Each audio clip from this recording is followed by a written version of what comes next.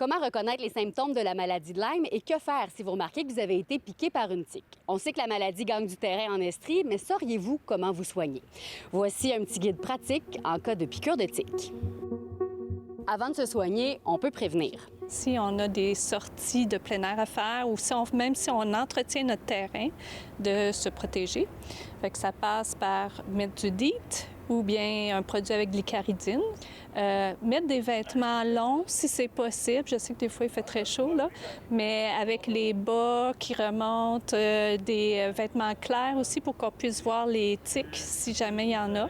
Puis très important, quand on a fini notre sortie dehors, de se laver puis s'inspecter en même temps pour retirer les tiques qu'on pourrait découvrir. Puis c'est important de les retirer le plus rapidement possible. Si vous vous faites piquer, vous pouvez faire identifier la tique. Il y a une application qui s'appelle etic.ca.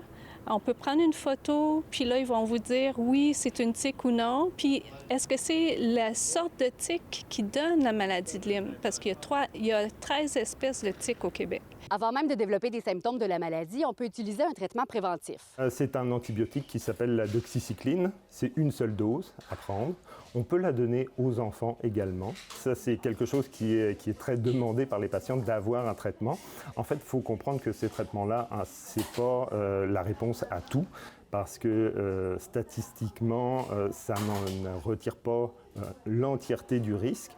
Et puis, c'est pas toujours indiqué. C'est-à-dire que si la tique n'est pas restée très longtemps attachée, le risque qu'elle transmette la maladie est à peu près nul. Mais si vous ne réalisez pas que vous vous êtes fait piquer, quels symptômes doit-on surveiller?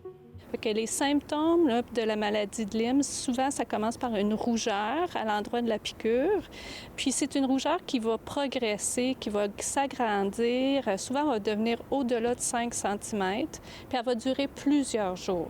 Donc ça, c'est vraiment un symptôme premier de la maladie de Lyme. Ça peut être accompagné de fièvre, de douleurs musculaires, un peu comme si vous aviez une bonne grippe, là.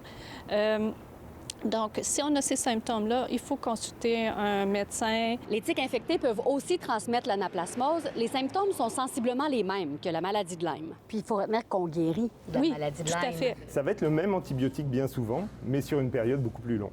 10-14 jours selon les cas, selon le type de manifestation de symptômes. Même si la maladie se soigne bien par antibiotiques, il existe un petit pourcentage des patients qui vont développer des problèmes à long terme, mais à Sherbrooke, il existe une clinique spécialisée pour leur offrir des traitements.